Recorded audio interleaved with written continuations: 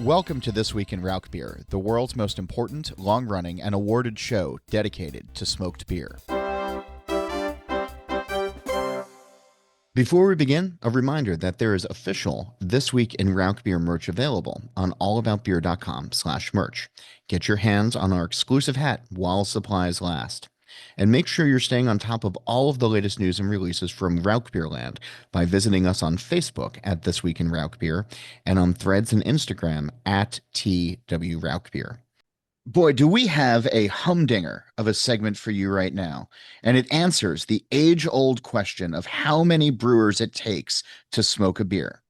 And here at the answer is Andrew Pytel of Single Hill Brewing in Yakima, Washington. And he's going to talk about Smoke Break, which is a collaborative Rauch Märzen that he just spearheaded, made, endorses, is enthusiastic about, all of the things. Andrew, welcome to This Week in Rauch Beer, and we're not even going to slow down. There's no breaking here. Tell us about Smoke Break. Yeah. Hi, John. Thanks for having me. Smoke Break is a very interesting collaboration that we put together recently with the concept of, hey, a lot of us want to have Rauch beer. A lot of us want to be able to drink it ourselves. We want to show it off at our tap rooms, but salespeople keep telling us that they can't sell it to bars. So what are we going to do? Fire the salespeople. As one of them, I do not endorse that plan. But I get it.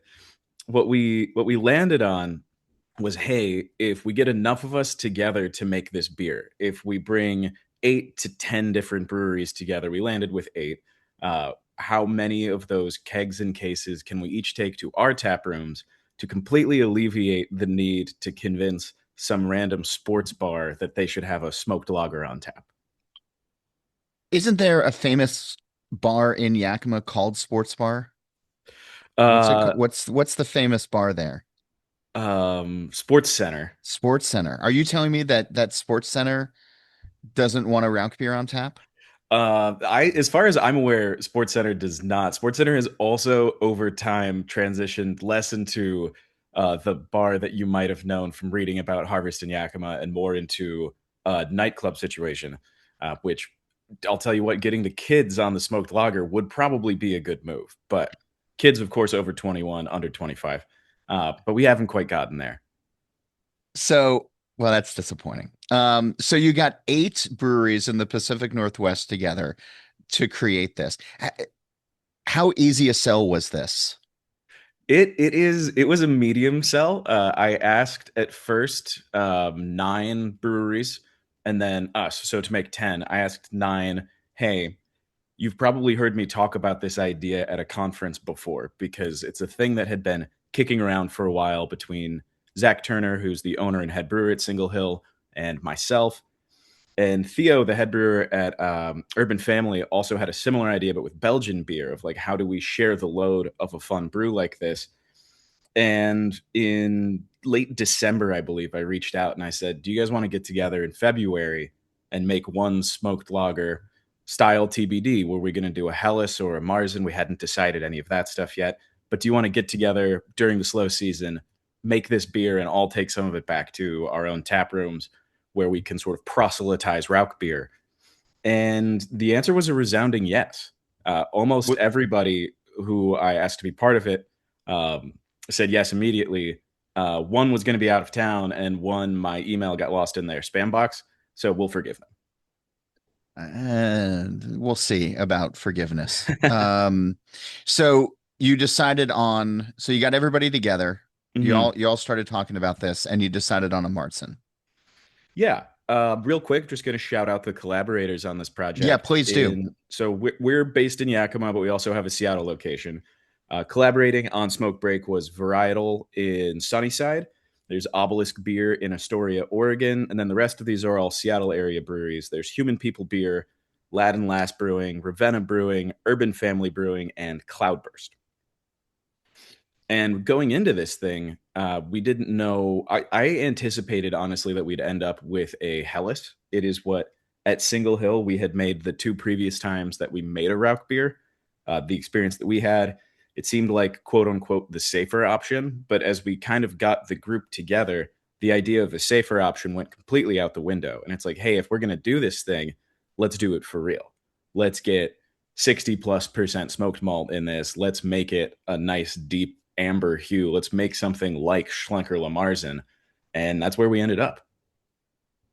So you brewed this obviously a while back to get it ready. Mhm. It comes out when?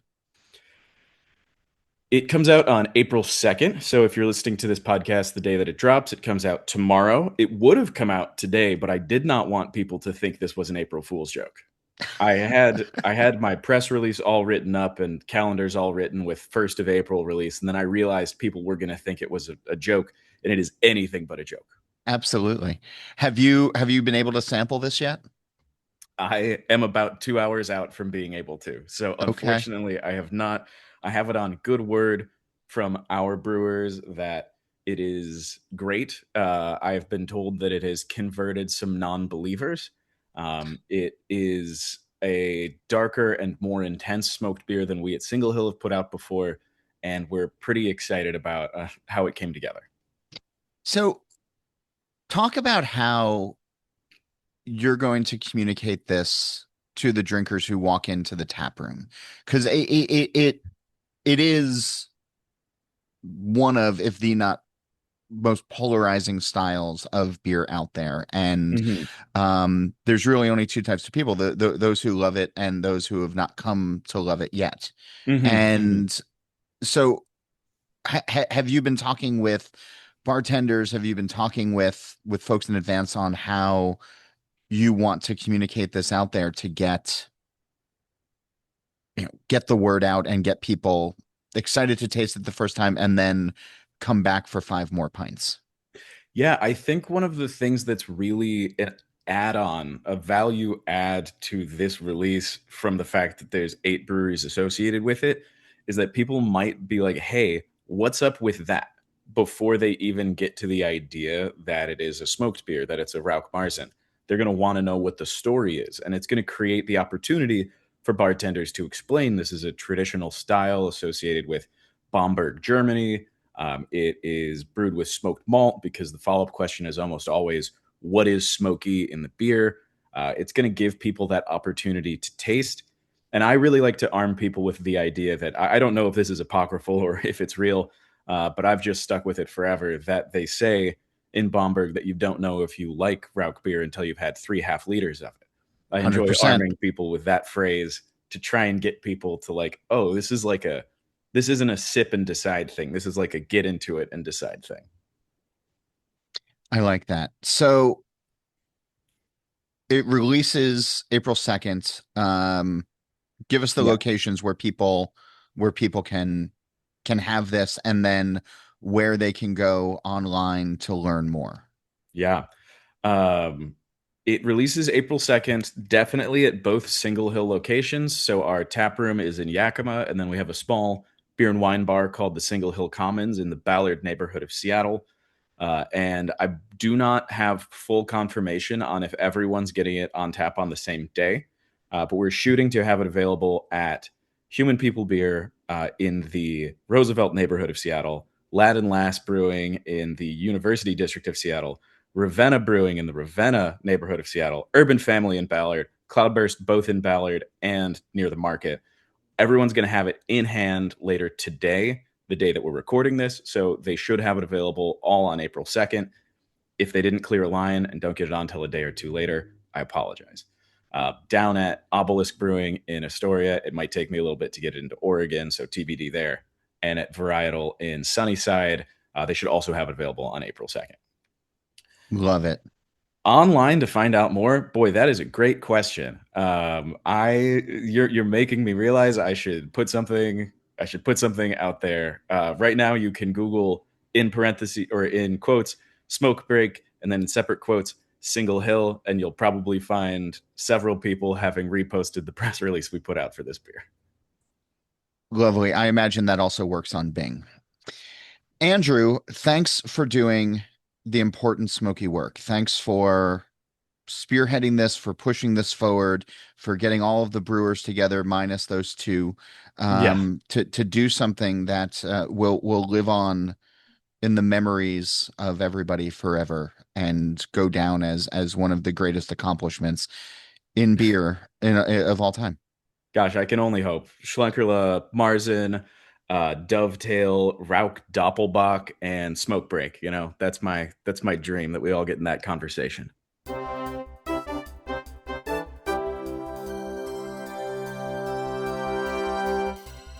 As he does every week, Bart Watson, the president and CEO of the Brewers Association, is here to share insights on how Rauch beer is impacting the overall craft beer industry. Welcome back, Bart. There's two larger things happening in the beer industry right now that we should talk about: tariffs and spent grain. So we're going to get into both topics, and then we can shoehorn in Rauch beer as best as possible. But the first is tariffs and how it's impacting the beer industry. Specifically, we can talk about raw ingredients like malt, which can be smoked. But I've seen so many brewers talking about the impact that the Trump administration tariffs have put on them over the last year and a half now, and the real impact that it's having. So, from your perspective with the Brewers Association these days, what's going on? What's the latest on what brewers and drinkers should be paying attention to? Yeah, thanks, John. And obviously, this was a hot topic at our hill climb that we held in DC very recently. A lot of conversations around this. And you're right, this is something that's really top of mind for brewers right now. It's kind of a sub-related topic to the overall cost of goods that brewers have seen, where pretty much everything that goes into making beer has gotten more expensive. And tariffs have put pinches on particular goods that have driven them up. We've really got two buckets of tariffs to talk about. The first of the 232 steel and aluminum tariffs. Sure, Those are the ones that we're certainly hearing the most from brewers about.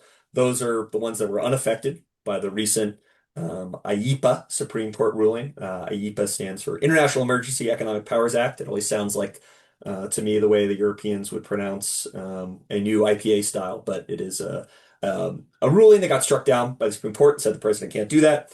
The 232 tariffs are a separate chapter of the code that allows the president to impose national security tariffs on steel and aluminum. And those are really, in conjunction with some other things like the Midwest Premium, driven up the price of aluminum. We're hearing from members that are paying, far more per can than they were last year. And if they're unable to pass this cost along, this really erodes their margins. The second bucket of tariffs we had are a much broader set that the president originally was using under that IEEPA, but now is reconstituting in a variety of ways. And these are where your tariffs on all things Rauch related would sit. We don't have tariffs from Canada on malt right now, thanks to the USMCA, but we do have tariffs on a lot of the rest of the world. So if you're importing that beautiful smoked malt from many parts of the world, you are going to be paying a tariff on that. You certainly would also be paying a tariff. Many of these are kind of blankets on countries. If you're importing, say, peat, you want to smoke your own sure, malt. Peat, if I'm sure all your readers are familiar, is the of harmonized course. schedule code of 2703. Or then bringing in your own wood under Chapter 44. So those are places where we're hopeful that Congress maybe is going to be interested in looking and acting post midterms. Part of our hill climb, we were doing a lot of education about these rising costs and having members talk to their member of Congress about some of their challenges. But that's one we're trying to educate members on, and we're certainly engaging day to day with the administration on 232 and with a broader set of actors on the wider tariff environment. Do you get the sense that the politicians get it, like how this is impacting their constituents, the small businesses that are inside of their districts? I think they do, and this is where politics and policy sometimes diverge. And so we're going to have to find that right way to navigate the politics so that the policy, which I think the politicians get, can be enacted. And that might be something, again, where there's more of an appetite after the midterms, particularly if we see a shift in Congress toward the Democrats to get more active on some of these things. Okay. So let's switch gears then and talk about, I mean, we'll stay in the realm of politics, but the spent grain bill. that's currently being talked about. Can you share some background on this? And well, yeah, let's start with the background on it, Yeah. like what it is. Great. Well, so last year, as history and background, there was a bill in Texas that was introduced by a Texas senator who visited a brewery, saw the spent grain, and asked what happened with that. When he found out that brewers were largely donating it to local farmers to use as feed, said, "Hey, you should get something for that," and introduced a bill designed to give an excise tax credit for agricultural uses of spent grain. And they called that beers for steers in Texas because most of that grain was ending up with cows and they love their steers Sure. in Texas. And we thought, hey, this is a great idea that we should take nationally. We've rebranded it as Brews to Barns since in many parts of the country they're feeding chickens or hogs or some other kind of livestock or using it as fertilizer or some other agricultural use. And we have gotten very close to seeing it introduced at the federal level, which would do the exact same thing. Approved agricultural uses, brewers would get a deduction from their credit from their excise tax up to $30,000, money in brewers' pockets, offsetting what we just talked about, those rising costs. And we've gotten a lot of great reception, both from kind of our congressional champions, but also agricultural groups about this. So we're optimistic about its path forward. Um, why I thought this would be interesting to talk about on the show today is I think Rauch spent grain in particular is going to be one that we're going to be able to highlight. We're going to be able to talk about. We've heard lots of reports that, in particular, livestock go crazy for smoky malt, spent grain. So I think that's something we're going to try to work into our story, using examples, trying to get some of those brewers up on the hill telling that story. What a treat where we can have this cyclical economy where we grow things, use them for beer, and then give them back to agriculture. And smoke is a big part of that story, and we're excited to tell it. Um, I'm looking forward to the spin-off animal husbandry group of This Week in Rauchbier that comes from this. I mean, wouldn't you want to eat a steak that had been fed on smoked spent grain? Doesn't that just sound delicious? It I'm getting hungry right now, and I'm thinking about my steakhouse reservation for tonight. We'll try to get a chef on who can share some recipes to talk about that. Um, I appreciate it as always, Bart, when you can take these complex things and sort of distill them down for us to understand. I imagine there are a lot of brewing professionals and the curious beer drinkers who are listening to this who might want to know more about either of these or both of these topics that we just covered. Where can people go to get additional insight, additional reading? Yeah, those curious beer drinkers can always learn more about craft beer at craftbeer.com.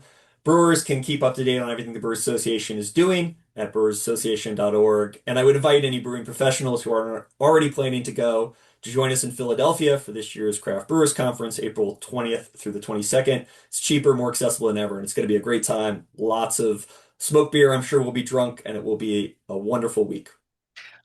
You beat me to it. Registration is now open for the Craft Brewers Conference. Has Rauchbier made it into the World Beer Cup judging yet? I'm not sure where they are in the judging, but certainly there is a category for those beautiful smoky beers. And I believe we're approaching phase one judging. Our Louisville Warehouse final judging will happen in Philadelphia. Excited to give out those awards and taste some of the winners as always. Awesome. Bart, thanks so much. And we'll talk to you again on the show next week. Yeah, looking forward to it. Talk to you next week.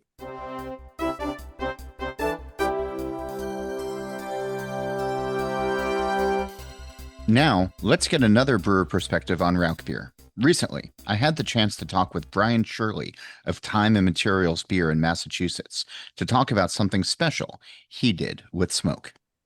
So, Brian, I'm very interested in this Rauchbier that you have because it is kind of unlike anything I've heard in the smoke space in a while. So for all of our smoky fans out there, tell them what they should be excited about that's coming out of Time and Materials these days and in the world of Rauch. Yeah, so we did something really special. We did a maple smoked English golden ale for the NERAX Cask Beer Festival that's in Boston, March 25th to the 28th. And it's special for a couple of reasons. One, we have a one barrel, so we get to play around a lot. And it's hard to get approval for a larger batch of Rauch beer. And two, we were able to leverage some awesome custom smoked malt by Blue Ox in Maine. Yeah. They literally smoked the malt for us with maple wood. Fun. And we went really drinkable, so it's a fairly low percentage of smoked malt. I want to say it's 3%. Okay. But and it's surprisingly pronounced. I think a little bit goes a long way. And we went much more drinkable and nuanced than I think some of the beers that can come across like your hoodie the morning after you sat around a campfire. Sure. And so we went drinkable, we went old school with some other good hops and some really rustic Pilsner malt.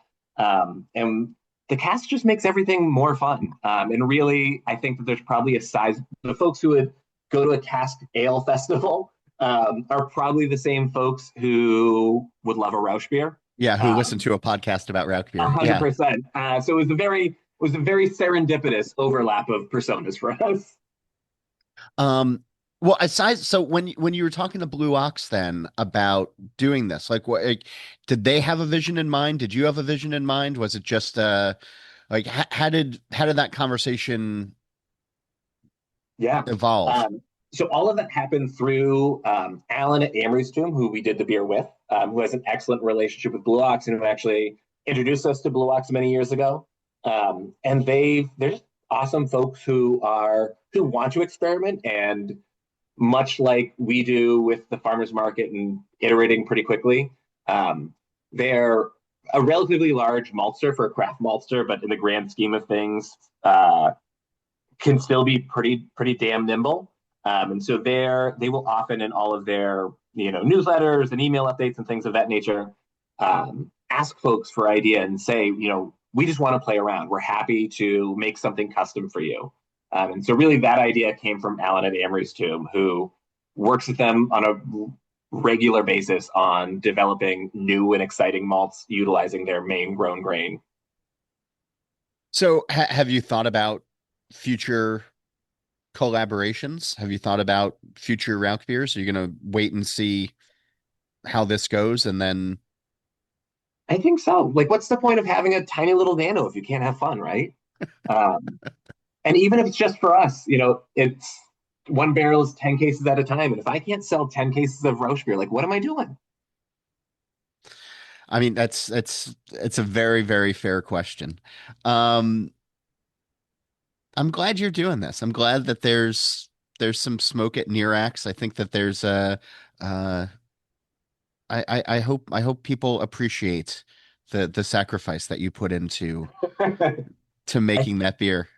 I think folks have had to stomach unintentionally smoky beers for long enough. It's time that they have some intentionally smoky ones.